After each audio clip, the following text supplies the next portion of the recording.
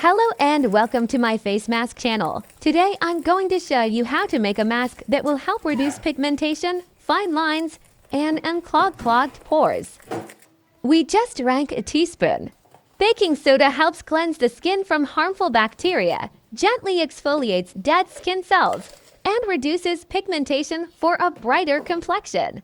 A teaspoon of yeast. Benefits of dry yeast for facial skin.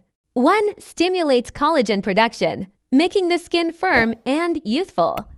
2. Nourishes the skin with protein and vitamin B complex. 3. Reduces wrinkles and restores the skin. 4. Restores balance in oily skin, fights acne.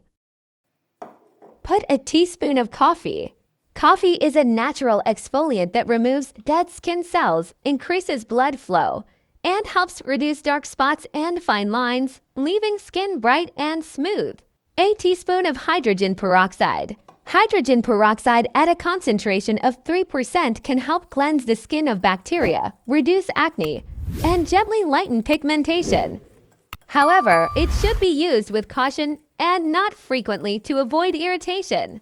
Mix the mask thoroughly until all ingredients are combined and a smooth, uniform texture is formed. Gently apply the mask to clean, dry skin, avoiding the eye and lip area. For best results, gently massage the mask into the skin in circular motions.